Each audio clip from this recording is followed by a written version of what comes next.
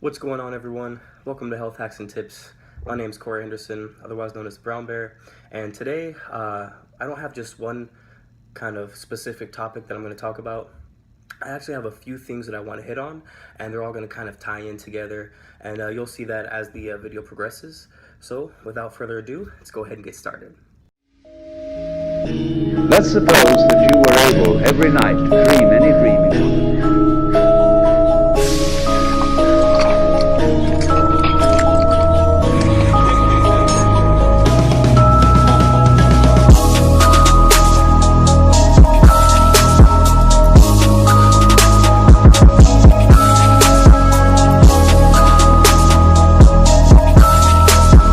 We're having a tough time remembering what this is all about.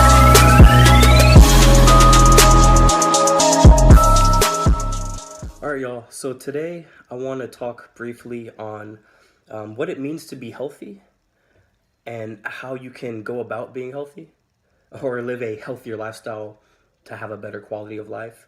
And then I also want to talk about ways that you can go about composing your own workouts. Oftentimes, when I talk to people that are at a beginner level, they don't know what workouts to do and why they should be doing them, and they don't know how to work out. So I just want to address some of these things. That way, you all can be better equipped to go about doing exercises and figuring things out for yourself.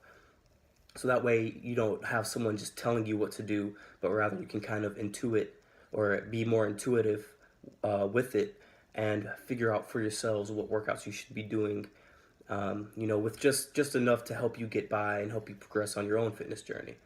So, what it means to be healthy.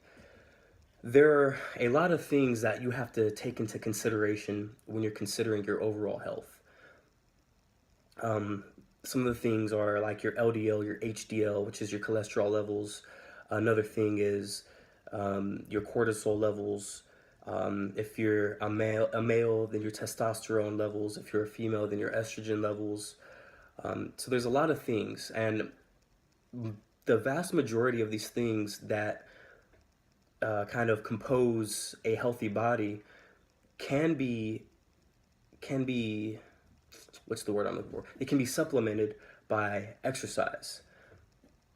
Now, when I talk about exercise, I'm not talking about going into the gym and doing a bench press so that you can have, a huge chest, or doing the squat racks, you can have huge thighs, or whatever, whatever you would kind of equate that to.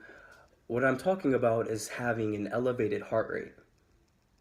So, to live a healthy lifestyle, one of the best ways to do that is to elevate your resting heart rate to an elevated level for 30 solid minutes.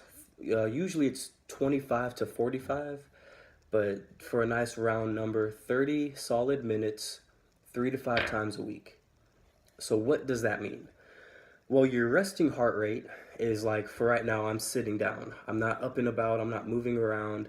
I'm sitting. For the most part, I'm relaxed. My resting heart rate would be the amount of beats per second that you would measure if you were to take my pulse right now. So for everyone, it's a little bit different. For the people that are more active, usually they have a lower resting heart rate. And for the people that are less active, that live more sedentary lifestyles, usually have a higher resting heart rate.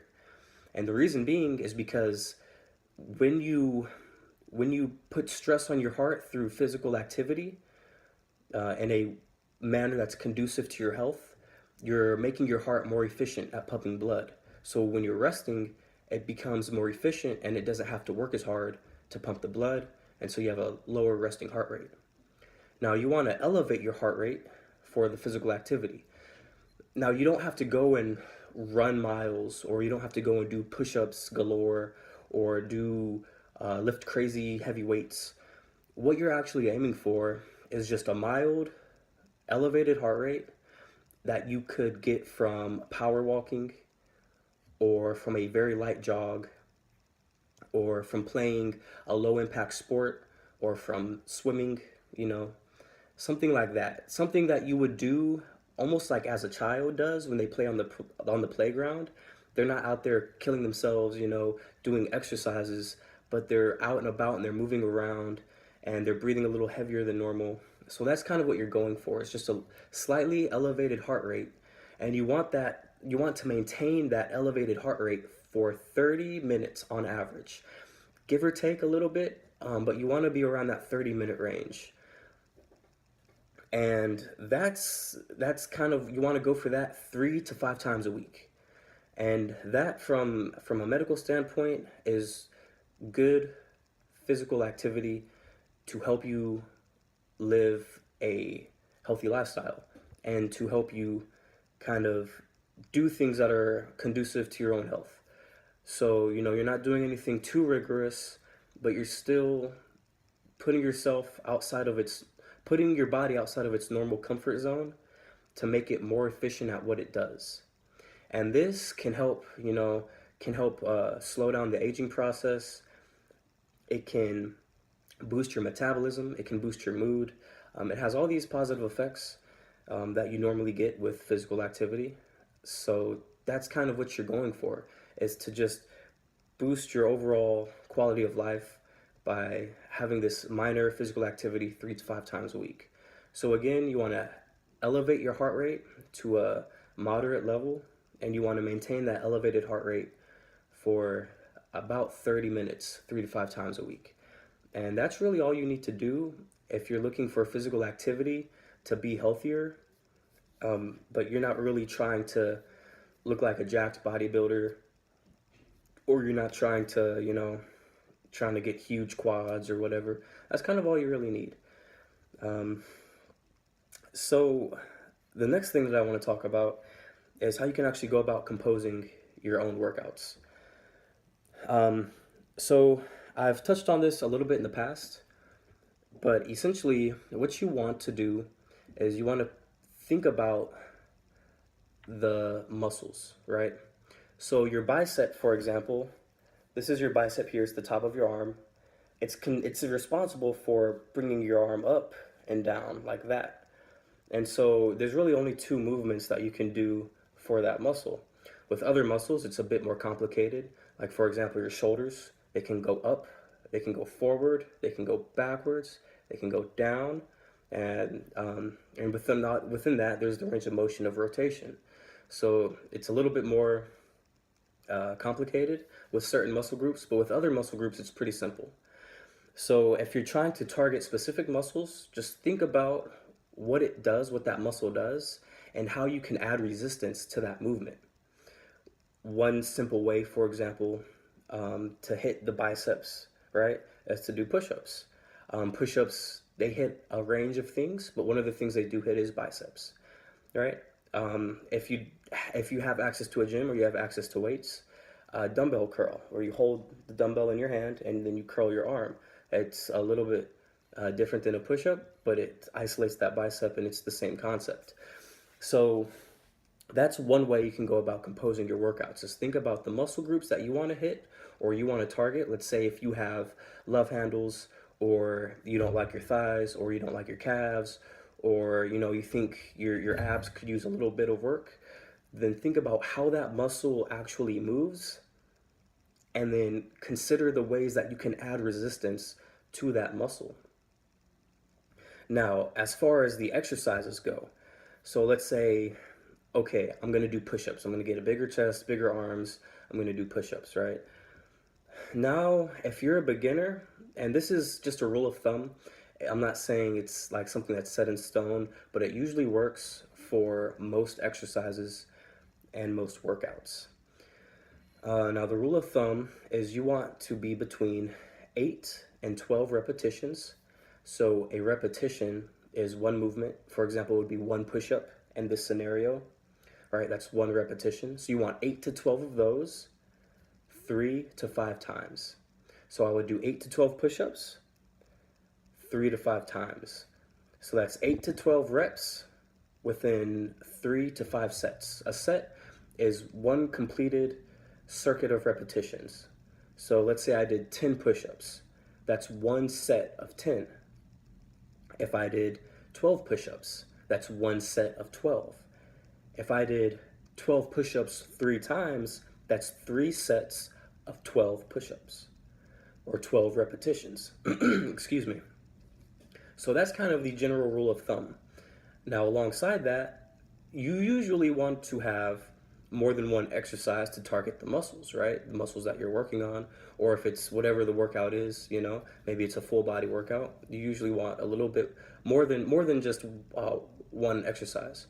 So another good rule of thumb is you actually want 8 to 12 exercises. It's kind of the same thing.